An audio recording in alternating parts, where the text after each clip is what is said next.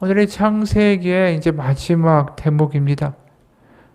이제 아버지 야곱이 죽자 요셉에게 이 형제들이 와서 이야기를 하죠. 도둑이 제발 저리다고.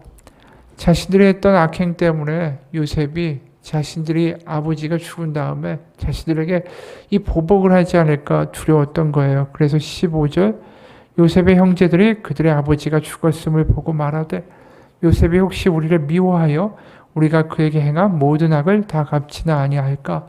그래서 형들이 이제 요셉에게 사람을 보내서 이렇게 말을 전하면서 다시 한번 자신들의 안전을 확보하고 싶어 하는 거죠.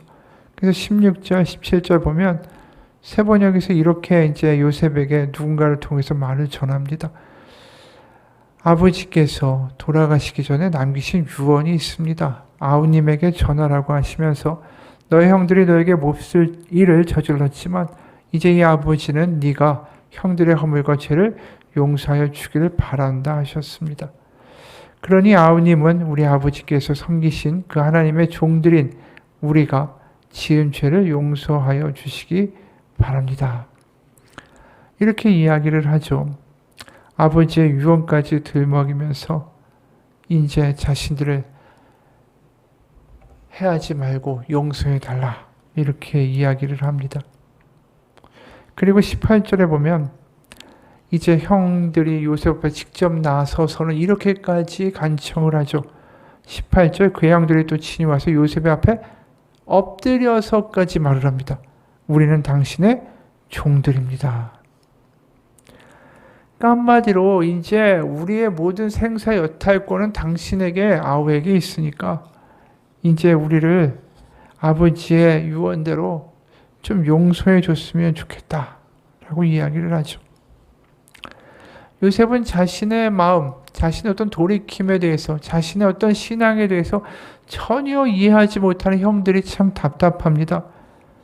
그래서 17절 후반부에 보면은 뭐라고 하냐면 요셉이 그들이 그에게 하는 말을 들을 때 울었더라고 이야기해요. 그러니까 이게 정말 이해가 안 가는 거예요. 형들이 아직도 과거에 얽매여 있는 것 자체가 이들에게는 이게 너무나도 족쇄가 되고 요셉에게는 답답한 일이었던 거죠. 그래서 19절에도 이런 말을 합니다. 형들이 왔을 때 직접 이야기를 하죠. 19절부터 21절 두려워하지 마소서 내가 하나님을 대신하리이까. 당신들은 나를 해하려 했으나 하나님은 그것을 선으로 바꾸사 오늘과 같이 많은 백성의 생명을 구원하게 하시라 하셨나니 당신들은 두려워하지 마소서 내가 당신들과 당신들의 자녀를 기르리이다. 그러니까 형들에게 이야기하는 것은 내가 당신들을 이미 용서했습니다. 용서한 거에 대해서 왜 믿지 못합니까? 라고 말하지 않는다라는 거예요. 그러니까 지금 요셉에게 형제들을 용서하는 용서의 바탕은 그냥 내가 용서하겠다라는 개인적인 결단의 차원이 아니라 자신의 삶을 아예 다른 관점에서 바라보고 있기 때문에 하고 있는 용서라는 거죠. 그러니까 그 자신의 악을 자신에게 행해졌던 형들의 악이죠. 자신의 애굽의 노예로 팔아버린 거. 그런데 이렇게 이야기하는 거예요. 내가 과거에 겪었던 그 악들은 오히려 많은 백성의 생명을 구원하려고 하시는 하나님의 선을 이루고자 하시는 하나님의 계획 안에 있었습니다. 이렇게 말하는 거예요. 그러니까 자신의 인생에 행해진 선과 악을 자신이 구별하는 게 아니라 악마저도 얼마든지 선으로 사용하실 수 있는 하나님의 그 큰 계획을 믿는다라고 이야기하는 거죠. 그렇기 때문에 당신들을 용서하고 말고의 문제가 아니라는 거예요. 참 믿음의 장자가 되는 그런 발언을 하고 있는 거죠. 그렇기 때문에 믿음의 장자답게 이 죽을 때도 굉장히 다른 모습을 보여줍니다. 110세에 죽으면서 이런 유언을 남기죠. 24, 25절 나는 죽을 것이나 하나님이 당신들을 돌보시고 당신들을 이 땅에서 인도하여 내사 아브라함과 이삭과 야곱에게 맹세하신 땅에 이르게 하시리라. 하나님이 반드시 당신들을 돌보시리니 당신들은 여기서 내 해골을 메고 올라가겠다 하라. 바로 아버지 야곱이 자기가 죽으면 어떻게든 그 가나안에 있는 아브라함과 이삭의 무덤 그 동굴에 매장하게 해달라고 매장시켜달라고 그 요셉에게 맹세까지 시킨 것과 똑같이 이 요셉도 그렇게 맹세를 시켜요. 내가 죽은 다음에 나의 골을 가나안 땅에 아브라함과 이삭과 야곱이 묻혀있는 그곳에 묻히게 해달라고. 참 어떻게 보면 하나님의 이루실 큰 꿈, 가나안에서 하나님이 다시 에덴 동산에서 실패했던 그 하나님의 꿈을 다시 이루셔서 하나님을 사랑하고 이웃을 사랑하는 그 하나님의 나라를 만들고자 하신 하나님의 열망에 대해서 요셉도 같이 꿈꾸고 있다는 것을 우리는 보게 되죠. 실제로 400년 후에 이스라엘 백성은 이 요셉의 유고를 가지고 출애굽을 하게 됩니다. 야곱처럼 요셉도 하나님의 나라를 꿈꾸면서 눈을 감죠. 미래를 가슴에 품고. 그러니까 실제로 막벨라 굴이라는 하나의 조그만 가나안에 있는 굴 안에 묻혀있는 아브라함과 이삭과 야곱과 요셉은 모두 다 하나님이 이루실 가나안에서의 하나님의 미래를 꿈꾸면서 거기에 안장이 됐습니다. 사실 아브라함에게 주셨던 약속이 뭡니까? 내가 너로 큰 민족을 이루고 너로 인하여 많은 민족이 복을 받을 것이다. 그 하나님이 이루실 앞으로의 새로운 세상, 그것을 끝까지 믿으면서 아브라함이 안장이 됐고 야곱도 마찬가지고 이삭도 마찬가지고. 그래서 우리가 아브라함과 야곱과 이삭의 하나님이라고 부를 때 이게 그냥 복을 주시는 장자의 이름들이 아니라 아브라함과 이삭과 야곱의 하나님이라는 이야기는 이들의 하나님과 같은 꿈을 꾸는 믿음의 사람들이었다라는 것을 의미하는 거예요. 그래서 아브라함이 결국은 이 아브라함이 아니라 아브라함, 열국의 아버지란 이름으로 하나님이 계명을 시켜주신 대로 결국 우리가 그 아브라함의 믿음의 후손들이 된 거죠. 그러니까 하나님의 뜻은 결국 이 사람들로 시작하여 이들이 기대하는 대로 이 땅 가운데 계속 이루어져 가는 거죠. 이스라엘에서 실패했던 그것이 결국 이 땅의 교회라는 이름으로 다시 한번 등장하게 되고 계시록에서 새하늘 새 땅에 새 예루살렘에 거하는 14만 4천 명이 이르기까지 그 하나님의 놀라운 하나님의 나라를 향한 계획은 이루어지고 시작되었다라는 것입니다.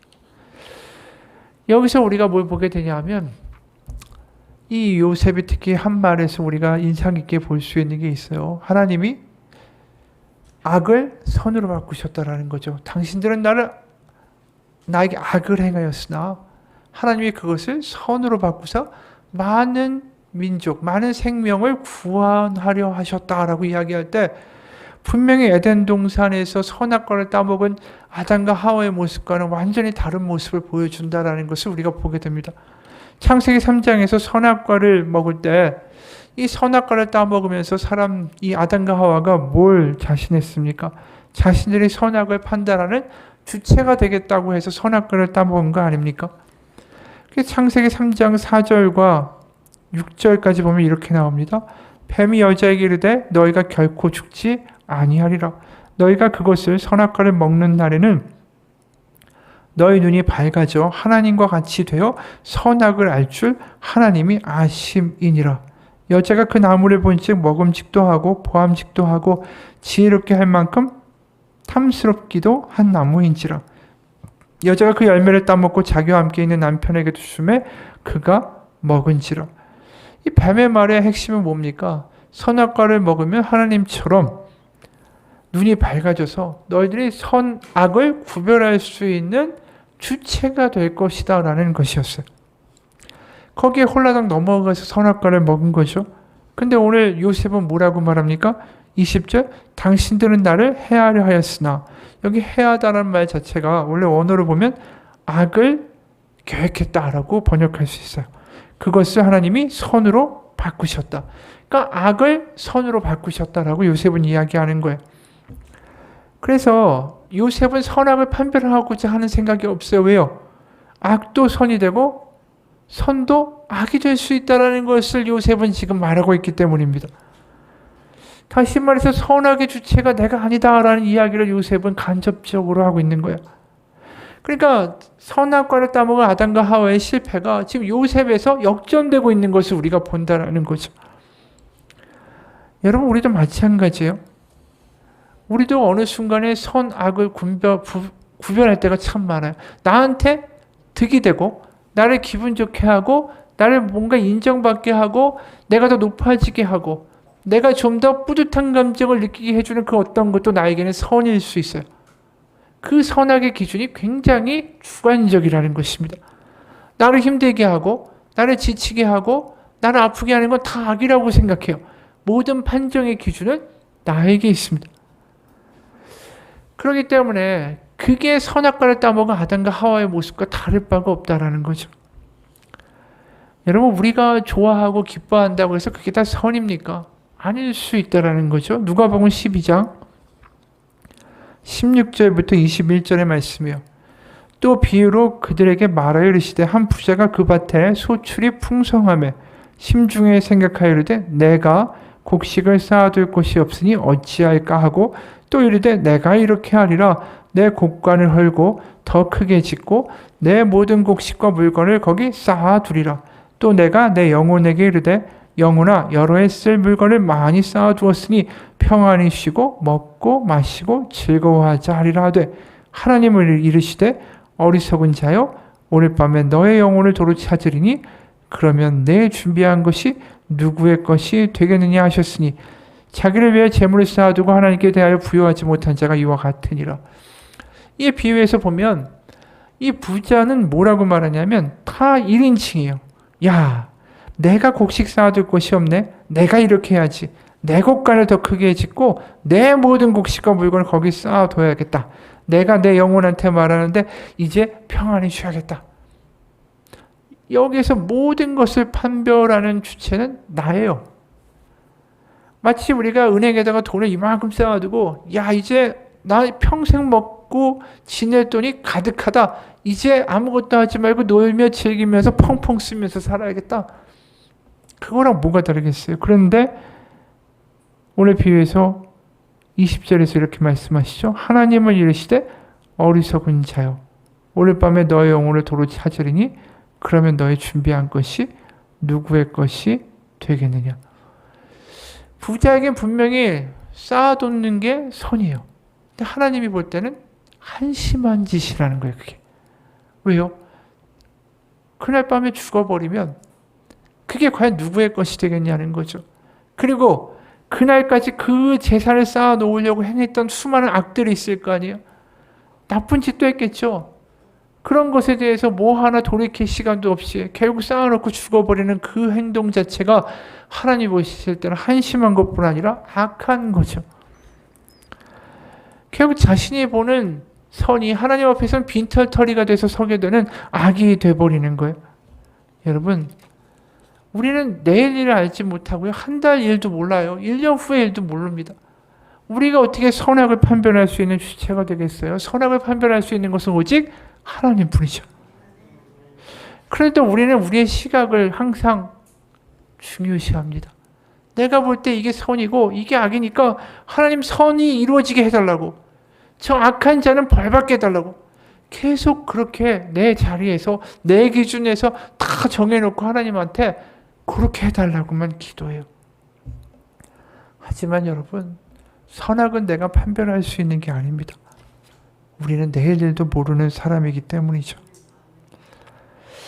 우리 스스로도 누굴 보면서 저 사람은 참 선해, 저 사람은 참 악해, 이런 말 할 수 있을까요? 그것도 할 수가 없어요.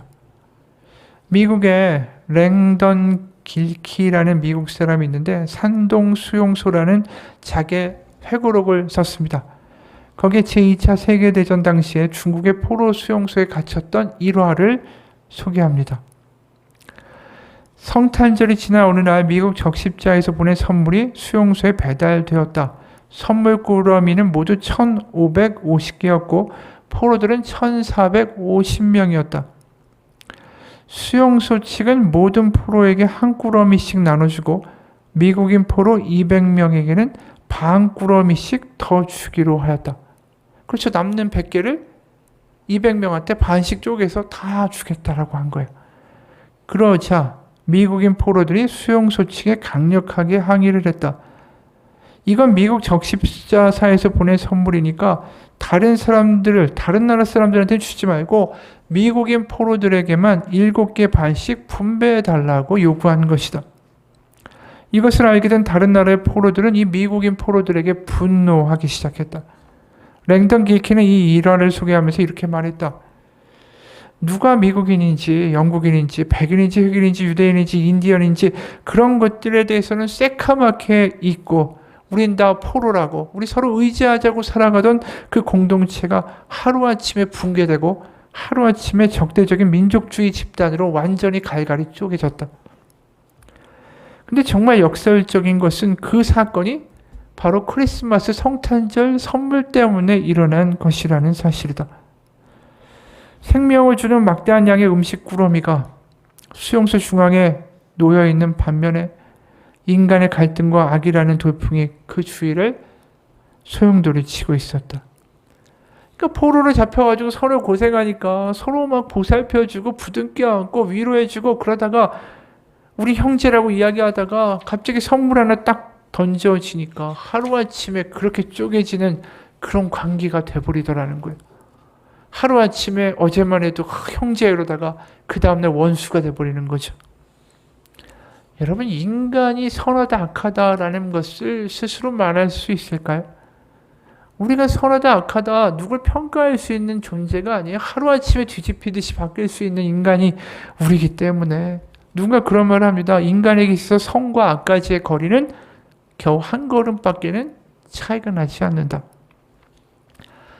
인간은 선악을 판별할 수가 없어요. 그래서 내 스스로도 선이다 악이다라고 말할 수 있는 그런 깜냥이 안 되기 때문에 한 이야기를 더 소개하죠. 어느 나라가 이웃 나라하고 이제 강 하나를 국경으로 삼고 대치를 하고 있었습니다. 서로 이제 전쟁이 막 일어날 것 같은 분위기였어요. 그래서 이 두 나라의 부대가 강 하나를 끼고 대치하고 있었습니다. 국경이죠. 근데 이 한쪽 나라의 사람이 밤에 이 국경인 강을 몰래 넘어가서 적진의 장수를 죽이고 왔습니다. 그러니까 이 사람은 어떻게 됩니까? 영웅이 되죠. 위대한 일, 선한 일을 한 아주 놀라운 용기 있는 사람이 된 거예요. 근데 반대로 강 너머가 아니라 강 안쪽에서 그 진영을 차리고 있는 그 가운데서 또 다른 한 사람이 다른 한 사람을 죽였습니다. 그 살인이 발각되니까 이 사람은 같은 편을, 이 진영에 있는 같은 편을 죽인 아주 끔찍한 살인자에다가 군법에도 저촉이 돼가지고 저주와 형벌을 받는 악한 사람이 됐습니다. 그런데 우리가 가만히 생각해 보면 둘 다 사람을 죽인 건 똑같습니다. 강을 건너서 죽인 것은 어떻게 됐죠? 선이라고 말하고 강 안쪽에서 사람을 죽인 건 악하다고 말하고 있어요. 살인을 당한 사람은 누군가의 아버지였을 거예요, 다. 그리고 누군가의 남편이었겠죠. 그런데 똑같은 그런 사람을 죽였는데 하나는 영웅이 되고 하나는 악인이 됩니다. 강을 건너서 한 것은 살인이 아니고 선한 일이고 강 한쪽에서 한 일은 끔찍한 악행이 되죠. 근데 애초에 이 강을 국경으로 이렇게 딱 그어놓은 건 누가 한 일입니까? 도대체 그 강을 국경으로 해서 그걸 넘어가면은 넘어서 뭘 하게 되면 착한 일이고 여기서는 나쁜 일이다라고 정한 것도 누가 정한 거예요? 결국 사람들이 자신의 힘으로 국경을 정해놓고 그렇게 만들어버린 거 아닙니까? 여러분, 우리가 규정하는 선이라는 게 굉장히 자의적인 거예요, 사실은. 인간의 선악의 구분은 결국 그겁니다. 나한테 이익이 되면 선이고 나한테 이익이 안 되고 해가 되면 악이다라는 거죠. 하나님도 나한테 잘해주면 선한 분이고 하나님도 나한테 잘 안 해주면 악한 분이 되는 거예요, 얼마든지.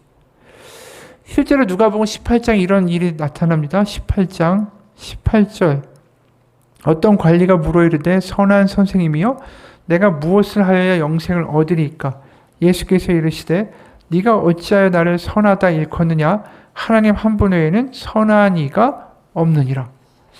여기서 굉장히 인상 깊은 이야기가 나오죠. 이 사람은 예수님을 뭐라고 말합니까? 선한 선생님이요. 그 선하다 판별을 누가 한 거죠? 이 사람이 한 거예요. 자신이 볼 때는 자신의 기준에서 선한 거기에 해당된다라는 거예요, 예수님이. 그런데 선악을 판별할 수 있는 기준이 이 사람에게 있습니까? 없죠. 예수님이 바로 말씀하세요.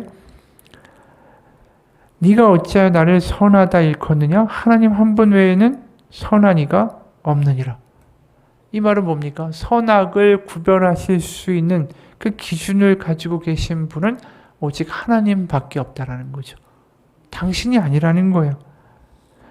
그런 면에서 오늘 요셉은 정확하게 말하고 있는 거죠. 선악을 판별할 수 있는 것은 하나님뿐이시다라고. 자기한테 불이익이 되는 노예로 팔린 사건, 그게 악이지만 그 악도 얼마든지 하나님이 선으로 만드시는 것을 지금 요셉은 고백하는 거죠. 그걸 똑같이 경험하신 분 역시 예수님 아닐까요? 요셉이 노예로 팔리는 끔찍한 악을 당했죠. 예수님은 십자가라는 끔찍한 악을 당했습니다. 그런데 그 악이 악으로 끝났습니까? 아니죠. 그게 예수님의 부활로 바뀌고 예수님을 통하여 그 십자가를 통해 수많은 사람이 성령을 경험해서 이 땅 가운데 하나님의 자녀가 만들어지는 선으로 연결되는 걸 보게 되죠. 그러니까 요셉이 경험한 악을 선으로 바꾸신 하나님의 대표적인 것이 바로 예수님의 십자가와 부활 사건이라는 거예요. 그래서 마태복음 6장에 예수님은 이런 말씀을 하세요. 마태복음 6장의 26절부터 33절 몇 개의 구절을 봅시다. 공중의 새를 보라. 심지도 않고 거두지도 않고 창고에 모아들이지도 아니하되 너희 하늘 아버지께서 기르시나니 너희는 이것들보다 귀하지 아니하냐. 28, 29절. 또 너희가 어찌 의복을 위하여 염려하느냐. 들의 백합화가 어떻게 자라는가 생각하여 보라. 수고도 아니하고 길쌈도 아니하느니라. 그러나 내가 너에게 말하노니 솔로몬의 모든 영광으로도 입은 것이 이 꽃 하나만 갖지 못하였느니라. 오늘 있다가 내일 아궁이에 던져지는 들풀도 하나님이 이렇게 입히시거든 하물며 너희일까 보냐. 믿음이 작은 자들아. 그러므로 염려하여 이르기를 무엇을 먹을까 무엇을 마실까 무엇을 입을까 하지 말라. 이는 다 이방인들이 구하는 것이라. 너희 하늘 아버지께서 이 모든 것이 너에게 있어야 할 줄을 아시느니라. 그런즉 너희는 먼저 그의 나라와 그의 의를 구하라. 그리하면 이 모든 것을 너희에게 더하시리라. 이것을 우리가 흔히 그냥 염려하지 말라. 그 이야기의 당부로만 이해를 하고 있습니다. 그런데 여기서 말하고자 하는 내용이 뭐냐면 우리 가운데 염려할 일이 닥쳐요. 환난이 닥칩니다. 그럴 때 하나님은 악하셔. 하나님은 나에게 아무런 관심도 없어. 이런 식으로 생각하지 말라는 거죠. 내가 때로는 이해 안 가는 일이 있고 환난이 있고 때로는 어려운 일이 닥치다 할지라도 하나님은 나의 하늘 아버지시라는 것을 믿으라고 말하는 거예요. 그러니까 내가 볼 때 하나님은 참 내 기도도 안 들어지고 무심하고 하나님은 악하다라고 이야기하는 거랑 똑같은 불평을 쏟아내지 말고 그런 상황에도 하나님은 선한 나의 아버지시고 하늘 아버지라는 것을 믿으라는 거죠. 그러면 분명히 나한테 지금 악으로 보이는 상황조차도 하나님이 합하여 선을 이루실 것이다. 그것을 믿는 것이 바로 하나님이 나의 아버지시다라고 고백하는 거예요. 다시 말해서 우리가 선악을 구별할 수는 없습니다. 하지만 우리 가운데 악한 일이 있고 내가 이해 안 가는 환경과 상황이 벌어지더라도 그것을 선으로 바꾸신 하나님을 믿을 수 있는 믿음은 하나님이 내 아버지시다라는 것을 고백하는 것뿐이에요. 그래서 우리가 결국 하나님이 이루시는 궁극적인 선을 경험할 수 있는 길은 어떤 순간에도 하나님은 나의 하늘 아버지시다라고 고백하는 것뿐입니다. 예수님이 이미 이야기한 대로 십자가라는 악이 부활 성령이라는 선으로 바뀔 때까지 하나님이 그것을 어떻게 이겨나가셨는가. 하나님의 아들이 예수님이 이미 말한 대로 하나님이 나의 아버지시다라는 것을 붙잡고 이겨나가신 거죠. 그러니까 결국 악이 선으로 바뀌는 과정 가운데 예수님이 보여주신 것은 분명한 하나의 고백이었어요. 하나님은 나의 아버지시다. 그래서 실제로 고난 가운데 겟세마네에서도 마태복음 26장 39절 조금 나아가서 얼굴을 땅에 대시고 엎드려 기도하여 이르시되 내 아버지여 만약 할 만하시거든 이 잔을 내게서 지나가게 하옵소서. 그러나 나의 원대로 마옵시고 아버지의 원대로 하옵소서. 그 끔찍한 고난과 환난을 마주하고 있는 겟세마네에서 땀이 핏방울이 되고 있는 그 지경에서 뭐라고 말씀하시죠? 내 아버지요. 우리가 이미 보았던 그 마태복음 6장에서도 뭐라고 이야기합니까? 이런 것들 염려하지 말라고 너희 하나님 아버지께서 이 모든 것을 다 아신다고 이야기하신 그대로를 지금 행하고 계신 거예요. 그리고 우리가 아는 대로 십자가에서 운명하실 때도 뭐라고 하십니까? 엘리 라마 사박다니 하시니 이는 곧 나의 하나님 어찌하여 나를 버리셨나이까 하는 뜻이라. 어느 순간에도 나의 하나님 나의 아버지라는 것을 포기하지 않으세요. 그게 우리 가운데 삶에 닥친 악을 선으로 바꾸신 하나님을 볼 수 있게 되는 믿음입니다. 여러분 우리 삶 가운데 자꾸만 악하다. 지금 상황이 왜 이러냐. 왜 하나님 하나도 안 되냐. 하나님 얘기도 듣기는 하는 거냐. 하나님 악하신 분인 같다. 무슨 선한 아버지야. 이렇게 말하지 말고 내가 자꾸만 선악을 판별하면서 하나님까지도 그렇게 만들지 말고 내가 이 자리에서 해야 될 유일한 그 선을 또 악을 선으로 바꿀 수 있는 유일한 길은 하나님은 나의 아버지시다.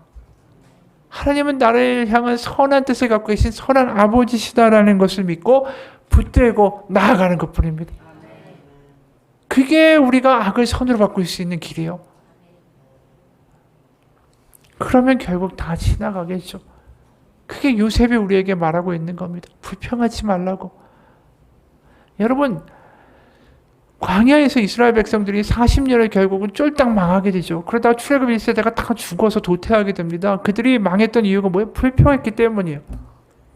그들이 볼 땐 다 악한 거예요. 왜 우리를 데리고 와서 이렇게 목마르게 해? 악한 하나님이라고. 왜 내가 이리 와서 나 고기 잘 먹고 살았는데 여기 와서 파나 마늘 고기 아무것도 못 먹게 하냐고. 악한 짓을 하냐고. 불평한 거에 계속 하나님한테 악하다고. 왜요? 선악을 자기가 다 판별하고 있었던 거예요. 불평밖에 안 나와요. 계속. 결국 그들이 망한 이유는 그것뿐이에요. 선악을 계속해서 판별한 거예요. 계속 쉬지 않고 계속 불평밖에 안 해요. 하나님 악하다는 거죠. 불평에. 결국 요지는 직접 대고 말하지 못하지만 여러분 결국은 광야를 빨리 지나갈 수 있는 유일한 길은 뭐였을까요? 불평하면서 선악을 자꾸만 따지고 투덜거리기보다 하나님은 나의 선한 아버지시라고 그거 하나 붙들고 갔으면 40년 절대 걸리지 않았을 거예요. 그 광야는 금방 끝났을 거예요. 결국 출애굽 2세대가 광야를 버티고 가나안으로 들어갈 수 있었던 이유는 뭡니까? 십계명의 말씀을 그대로 고백했기 때문이에요. 십계명이 결국 뭡니까? 하나님밖에 없습니다요. 첫 번째부터 다섯째까지가 하나님이 옳습니다요. 하나님이 맞습니다요. 결국은 그 고백을 하게 되는 순간 더 이상 선악을 판별하지 않게 되는 순간 그래서 불평할 거리가 없어지는 순간 그들은 더 이상 광야에 있을 필요가 없어진 거죠. 여러분 우리가 자꾸 불평이 나오고 불만이 나오고 하나님 기도해도 뭐 별거 없고 뭐 이렇게 자꾸만 우리가 가고 있다. 우리는 지금 정확하게 선악과를 따먹고 있는 짓을 하는 거예요. 여러분 그 자리에서 벗어날 수 있는 게 딱 하나뿐이에요. 하나님은 선한 나의 아버지시다. 그 고백이 나에게 딱 들어오는 순간에 더 이상 불평이 없어지고 선악을 판별하려고 하지 않아요. 그 순간에 결국 하나님은 그 아까운데도 선을 만들어내실 수 있게 되는 겁니다. 그게 요셉의 믿음이에요. 그게 장자의 믿음이에요. 그게 우리에게 결국은 필요한 믿음이라는 거죠. 그게 결국은 요셉의 모습 아니에요. 오게 있을 때도 하나님은 나의 하나님이고 선하신 분이고 또 나에게 그 요셉이 관리가 꿈의 몽을 해줬는데 자기를 잊었어도 결국 여전히 나의 하나님이고 결국 그거 붙들고 간 거 아니에요. 그러니까 그 인생에서 악을 선으로 바꾸시게 된 거죠. 컴패션이라고 구체적으로 아주 어려운 나라의 아이들을 지원하는 단체가 있습니다. 그 대표 목사님이 이런 간증을 해요. 2003년도 초에 한국 컴패션이 후원국으로 드디어 어려운 나라들을 돕는 후원을 막 시작할 때였습니다. 저는 가난 속에 살아가는 비참한 어린 아이들의 모습을 한국에 홍보하고자 했습니다. 필리핀의 쓰레기장에서 산다는 아이들의 모습을 찍어서 한국 후원자들의 마음을 움직이고자 했던 거죠. 하지만 웬일인지 가보니까 아이들이 보이지 않았습니다. 이 한켠에서 요란한 소리를 내며 덤프트럭 한 대가 쓰레기를 가득 싣고 들어왔습니다. 트럭이 쓰레기를 붙자 자욱한 먼지 사이에서 꼬물꼬물 움직이는 모습이 보이기 시작했습니다. 어린 아이들이었습니다. 어린 아이들이 쓰레기 언덕을 넘어 덤프트럭에서 쏟아지는 쓰레기를 향해 움직이고 있었죠. 이 아이들의 일은 돈이 될 만한 쓰레기를 모아 파는 거였습니다. 큰 아이들은 고철과 플라스틱을 모으고 작은 아이들은 먹을 걸 찾았습니다. 그때 한 아이가 쓰레기 더미에서 죽은 것을 먹고 있는 모습이 제 눈에 들어왔습니다. 저는 잽싸게 카메라를 들었죠. 인기척을 느낀 아이가 살며시 고개를 떨구었습니다. 하는 수 없이 다른 아이를 찾아 사진을 찍으려고 하니까 그 아이도 카메라를 피하기는 마찬가지였습니다. 제대로 어린아이의 모습을 담을 절호의 찬스를 노렸지만 번번이 저는 허탕을 쳤습니다. 살짝 진쳐갈 무렵에 어디선가 외치는 소리가 들렸습니다. 야, 좀 찍혀줘. 어차피 너하고 나는 다 여기서 이렇게 살다가 가는 거야. 현지 직원에게 그 말이 뭔지를 묻고 그게 그런 뜻이었다라는 것을 알게 됐죠. 그리고 저는 제가 찍으려던 사진의 진짜 의미를 찾게 됐습니다. 마침 쓰레기를 뒤집어서 먹을 것을 입에 넣고 있던 한 아이의 눈과 마주쳤고 저는 카메라를 들었다가 렌즈 속에서 아이의 눈빛과 마주쳤습니다. 까만 두 눈 속에 말없는 슬픔과 공허함이 있었죠. 그 눈이 저한테 이렇게 말하는 것 같았습니다. 저도 알아요. 여기 버려진 쓰레기처럼 저도 버려진 존재라는 걸요. 미래도 희망도 없다는 걸 말이에요. 하지만 아무리 그런 저라도 제발 저를 그렇게 보지는 마세요. 실은 제가 카메라에서 담으려던 모습이 바로 그거였습니다. 미래도 희망도 없이 버려진 아이가 있음을 사진에 담고 싶었던 거죠. 그런데 그 작은 영혼이 부끄러움과 수치로 저에게 하소연하고 있었습니다. 저를 찍지 말아주세요. 순간 머리가 멍해졌습니다. 바로 그때 하나님의 음성이 제 안으로 파고 들어왔습니다. 넌 지금 무엇을 보고 있느냐? 내 눈에는 너무나도 귀하고 소중한 생명이구나. 하나님은 저와 같은 시선으로 그 아이를 바라보지 않으셨습니다. 사랑스럽고 소중하고 귀한 생명으로 바라보고 계셨던 거죠. 그 음성에 제 팔에 힘이 빠지면서 카메라를 내려놓을 수밖에 없었습니다. 마치 자신의 주제도 모르면서 자신이 선한 일을 하고 있다라고 착각하면서 남의 자식을 돕겠다고 덤비다가 그 아이의 존재 자체를 기뻐하며 그 아이를 전심으로 사랑하는 진짜 아버지와 정면으로 만난 것 같았습니다. 부모는 아이가 태어나기 전부터 그를 위해 온갖 좋은 것들을 계획하죠. 세상의 부모도 그러한데 하늘의 하나님은 어떠실까요? 그분은 태초 전부터 한 생명을 계획하고 지으셨습니다. 그리고 이 땅에 보내주셨죠. 그분은 한 어린 영혼에게 생존 이상의 것을 바라고 있고 계획하고 계십니다. 그렇게 하나님은 포기하지 않으십니다. 그분이 바로 우리의 아버지시기 때문입니다. 이분의 이야기를 보면서 우리는 느끼죠. 하나님이 그 어떤 영혼에게도 아버지가 되어주시고 그들을 포기하지 않는 사랑의 하나님이시다라는 거죠. 여러분, 우리가 어떤 상황이 있다 할지라도 하나님은 우리를 지금도 바라보고 계십니다. 우리를 자녀로 여전히 바라보고 계십니다. 탕자의 아버지가 그 엉망인 탕자를 보면서도 여전히 기다리며 그 아들을 바라보고 있듯이 우리가 어떤 상황이다 할지라도 하나님은 선한 아버지심을 믿고 붙들고 나아가기를 축원합니다. 그럼 어떠한 악도 그 하나님 가운데 선으로 이루시는 것을 고백하고 간증하게 되는 날이 올 것입니다. 믿는 자는 합하여 선을 이루신 하나님을 경험할 수밖에 없습니다.